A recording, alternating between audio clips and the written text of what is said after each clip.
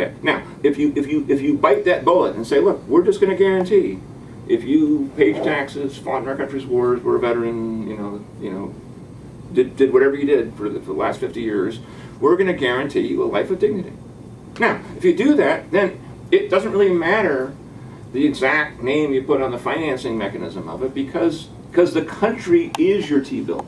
The GDP of the country represents the amount of money that we're going to allocate to the senior citizens. I see where you're going with that, but I'm going to follow up with some articles. I think I can convince you of this another way. I mean, it's like Albert Einstein said, there's nothing more powerful in the universe than compound interest. If people own it and it's their property right and you can see it. Look, the compound interest is not, in the long run, it's not going to go up faster than the GDP of the country.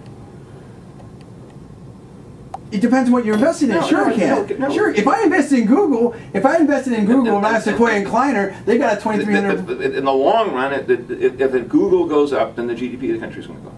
Well, yeah, but GDP goes up what? 2%, 3%, negative 1%. And look.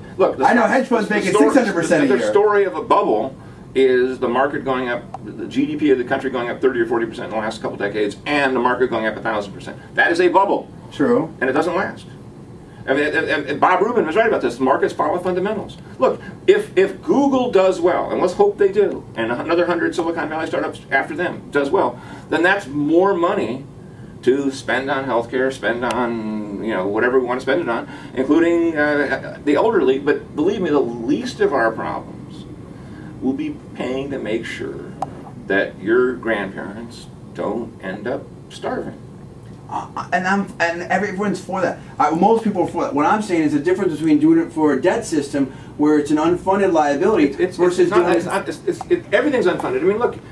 I mean, as they say, oh, Social Security is a $40 trillion unfunded. Well, of course. Yeah. It'll get funded when we have the GDP to pay for it. Down the road, 30 years from now, we'll be paying it off. I mean, because that's just you can say it's unfunded now, but we're not paying it now. We're paying $500 billion a year out of it now, not $40 trillion. Yeah, but if you actually if you put it in, here's the problem. Well, the problem is what happens is all these Social Security taxes don't go in a Social Security account. It goes into all this other government spending and stuff like that. So there's no real Social Security. So it's again, it's an unfunded liability. And it's a big overhead. Who is the great champion of that? Having Social Security taxes go to pay government general revenues? Ronald Reagan, because you're running a deficit.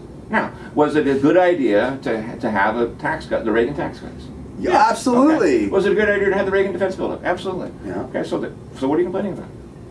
The elderly chipped in when we needed their help to help pay for the Reagan Revolution. Okay. And now we're paying them back. Look, just the point about this, Herb Stein has a great, the late economist Herb Stein has a great way of saying this. Look, if a trend can't go on forever, right, it won't. Right. So what are you worried about? If we decide we can't afford, we'll switch it then. We'll do something different. But what you can't have is, I mean, again, this whole business and let's face it, the way that, say, Countrywide Financial and who's the other, Golden West, and these places, the way that they were dealing with the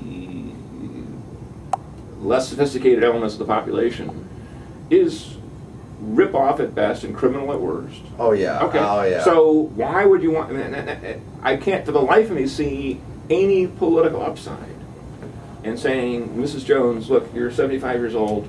Now, again, people are going to call you with a bunch of different investment deals. No one's saying that. Well, that's exactly what they're saying. No, because when you're young, in other words, your grandfather on a certain age for people, and they have the old system, and then you say to younger workers, like what Bush tried to do, say, you know what, you can either have the old system, or like what Obama's trying to do with the public option, right? Listen, nobody can figure out their health insurance. I mean, I know people who say the biggest thing I dread about changing jobs is being confronted with 12 different 50-page plans on health insurance. So and rolling over the 401k, gosh knows what. Just look, if there's any argument for things that ought to be routine, again, we had this argument. Again, somebody said, "Oh, California would be a great idea. Let's have private utilities. Let's have everybody decides their own utility rate." All these arguments are making. This is a disaster. Yeah. So certain things that we just agree that everybody ought to have. Public goods. Water, electricity, and I would put in the category of the prospect of a decent retirement, and I'd even put in the category of healthcare. Look, it's just a routine, folks. Infrastructure. It's just not complicated. And we want you to focus on raising your children, or inventing whatever, doing whatever you do with your life. Being a little league coach, and we're just going to do this for you. And again, the last couple of years have been sort of an eye opener to me in terms of so these wolves, and that's the right word for it, who are selling people subprime mortgages. Oh yeah, But they're really of a piece of the people who are selling mutual funds and all that kind of stuff. And they're just I would say they're worse. If some hedge fund, if you put your money with Bernie Madoff, you think you're fine. You lose your money. Tough biggies. Right. But that's for rich people. Rich people can afford serious investing. Yeah, exactly. They can spend their lives going to conferences and talking to people and things like that. They're accredited investors anyway. Exactly. For people who have only a limited amount of money and time, and that's all they have, I'm for making it easy for them, not hard. Oh, I agree with that. I mean, the more you sing, it's really. I love that. We will continue that conversation, definitely. I mean, but at some point. The only point to remember though is it is look, every Republican activist sooner or later comes around with the idea we've got to abolish Social Security. They've got some moth in the flame desire to repeal what Franklin Roosevelt did. That even the fact that they lose every time they bring it up never seems to stop them from doing it again, which I guess only suggests where you'll be doing 10 years from now. Yeah. No, look, I'm all for whatever's most efficient. And again, with studying so much law and economics, it's there are three clear cases where the government should be able to step in. Where there's an externality, i.e. pollution, I'm polluting on your lawn next door, or there's monopoly to create actual competition, or there's asymmetric information. Okay. In other words, I know my car's a lemon, you don't. Okay.